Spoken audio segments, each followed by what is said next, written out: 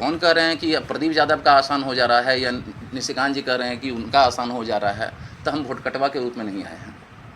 पहुंचे हैं मेयर, कैसा अभी तक आपका चुनावी प्रचार चल रहा है, क्या लोगों से मिल पा रहा है? सबसे पहले विनोदा बाबू के परम मित्र बुद्धिनाथ झा कैरव जी, दीप नारायण चौधरी जी, हेमंत झा जी, मनोहर टेकरीवाल जी की धरती को मेरा नमन। अब बोलिए क्या आपका सवाल है? और प्रेस वार्ता कर रहे हैं, क्या कुछ तैयारी हुई चुनाव को लेकर के, क्या रिस्पांस मिल रहा है, क्या कहिएगा?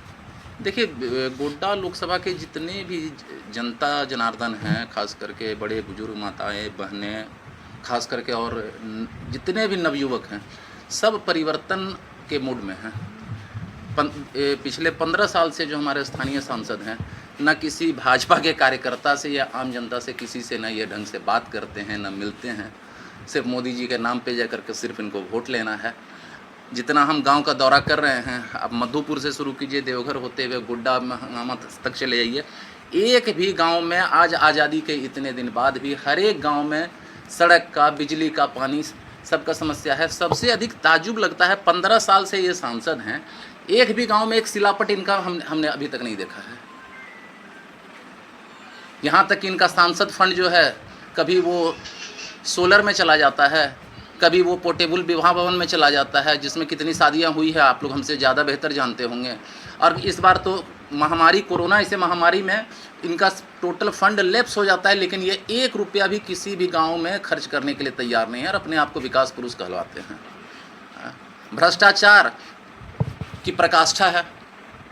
आज यदि आप देखें तो करोड़ों रुपये का चेक विष्णु अग्रवाल जी जिस समय जेल में बंद थे, उसमें उनका चेक इन्होंने जा करके बांटा है हर एक मंदिर में, कहीं 1 लाख, कहीं 2 लाख, 3 लाख।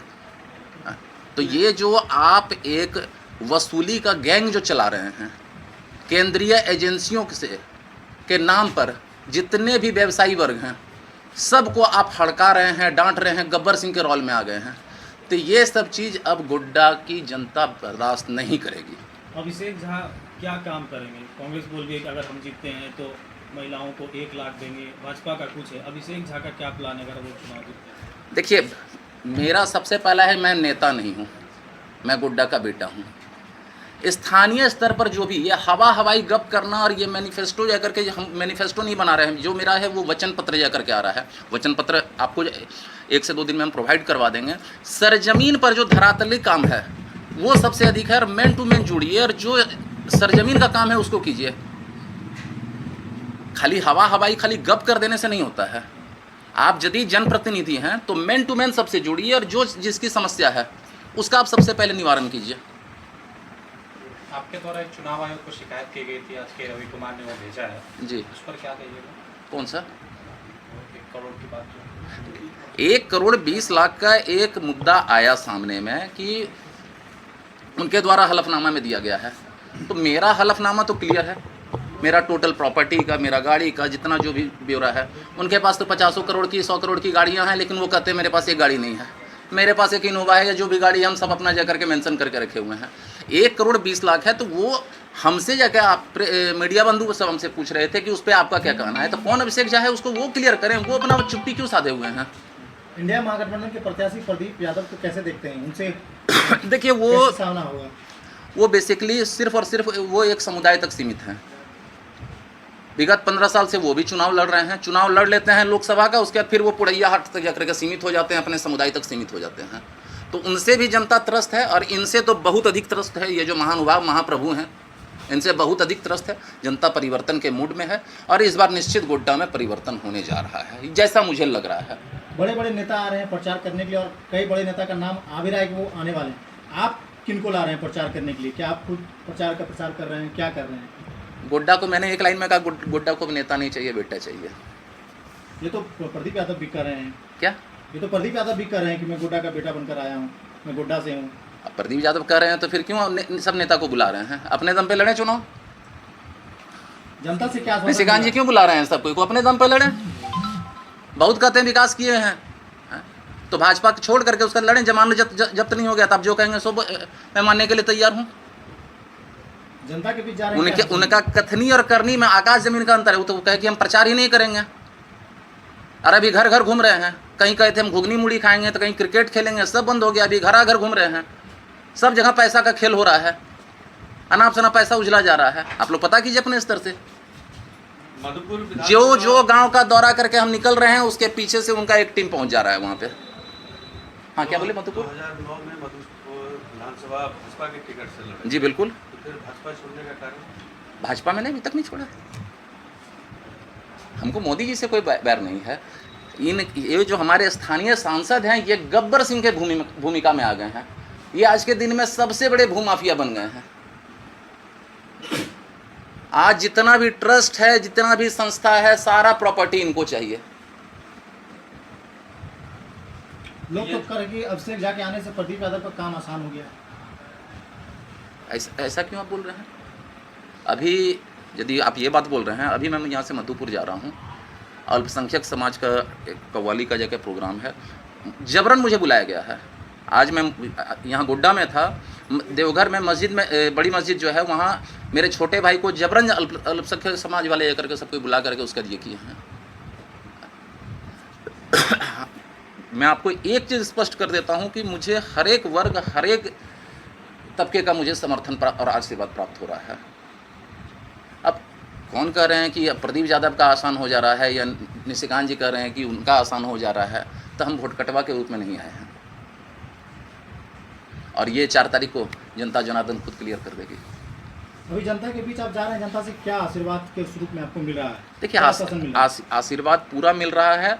और एक ही चीज़ सबका कहना है कि नहीं, हम लोग का जो समस्या, जो मूलभूत जो छोटा छोटा समस्या है, वो हम लोग का कोई सुनने वाला नहीं है। जहाँ जा रहे हैं सब कोई आशीर्वाद दे रहे हैं, कर रहे हैं कि इन लोग के जैसा मत कीजिएगा, कि एक बार ये लोग झांकने नहीं आता है। आप बहुत सारे गांव जगह घूमे होंगे, तो क्या लग रहा है, क्या कुछ विकास करना चाहिए अगर आपको मौका मिलता है? देखिए गांव में तो कहीं कोई विकास, गांव में तो कहीं कुछ विकास हुआ ही नहीं है। सड़क का देख लीजिए वही स्थिति है, बिजली का देख लीजिए वही स्थिति है, पानी का देख लीजिए वही स्थिति है, आज़ादी के इतने साल बाद भी। यहाँ तो हमारे एक ऐसे महाप्रभु हैं तो कहे थे कि चुनाव लड़ रहे हैं और बोलते हैं क्या कहने के नहीं हम प्रचार नहीं करेंगे, फिर प्रचार भी करते हैं। इनकी कथनी और करनी में आकाश और ज़मीन का अंतर है। आपके लोग बता रहे हैं कि अगर जीत कर आते हैं तो वो अपनी जो राशि उन्हें मिलेगी उसमें से वो मात्र 1 रुपया लेंगे। जी, ये मेरे वचन पत्र में क्या है इसके बारे में वो जो भी सांसद को जो भी राशि मिलती है, जो उनको सैलरी मिलता है, जो भी वो टोटल का टोटल वो सिर्फ और सिर्फ स्वास्थ्य के लिए, गोड्डा लोकसभा की जो जितने जनता जनार्दन है उसके लिए सिर्फ मैं सैलरी के रूप में सिर्फ 1 रुपया लूँगा। ये लोग भी करें घोषणा, क्या नहीं करते हैं?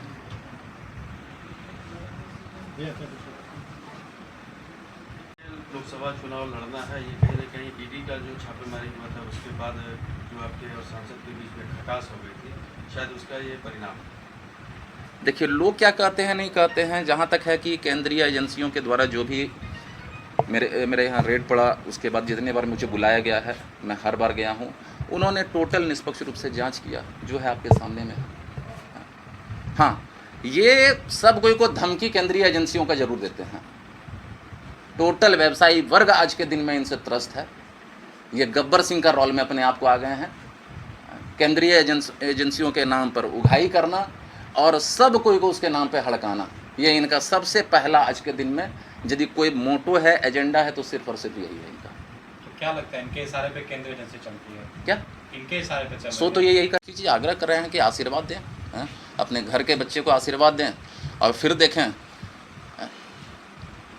कि इन लोगों का सिर्फ और सिर्फ कथनी होता है, मेरा सिर्फ और सिर्फ करनी होगा। तो क्या लगता है 15 साल के दौरान क्या कुछ इन्होंने किया? क्या किया इन्होंने बताइए? तो बोल रहे हैं ट्रेन ला दिए, हाईवे वो सब कुछ ला दिए, क्या ट्रेन ला दिए, हाईवे ला दिए, 4 लेन ला दिए, एम्स, एयरपोर्ट में इनका क्या योगदान है? यदि आप एयरपोर्ट की बात करते हैं तो एयरपोर्ट का यदि आप कहेंगे शिलान्यास, तब तो उसमें कांग्रेस भी जाकर के श्रेय लेगी। उसका शिलान्यास जिस समय हुआ है उसमें यूपीए की गवर्नमेंट थी। और एयरपोर्ट का श्रेय दोनों में से न भाजपा ले न कांग्रेस ले। यदि एयरपोर्ट देवघर में आया है तो सिर्फ और सिर्फ त्रिकुट पहाड़ में जो मिसाइल सेंटर DRDO का जो बना है उसके चलते आया है। यदि आप वहाँ का ATC कंट्रोल देख लीजिए किसके हाथ में है। और एम्स जहाँ तक आप कह रहे हैं तो एम्स यहाँ जहाँ जहाँ एयरपोर्ट आता है वहीं पे एम्स आता है, जिसका एक पहले से एयरपोर्ट है। और एम्स को लाने में सबसे अधिक रघुवर दास जी का योगदान रहा, और उनको हराने में इनका क्या मतलब कोई ये कसर नहीं छोड़े। भाजपा को टुकड़ा टुकड़ा गैंग में बांटने वाले निशिकांत जी हैं। हर एक विधानसभा में देखिए वो 10 ठो विधायक का कैंडिडेट खड़ा कर देते हैं। सब कोई उनके लिए काम करे, उसके बाद तब फिर कहने के नहीं, फिर विधानसभा में जो होना है सो होते रहे, फिर 5 साल बाद देखा जाएगा। किसी भी विधानसभा को उठा के देख लीजिए, हर एक विधानसभा में 10 ठो वो प्रत्याशी खड़ा करके रखे हुए हैं।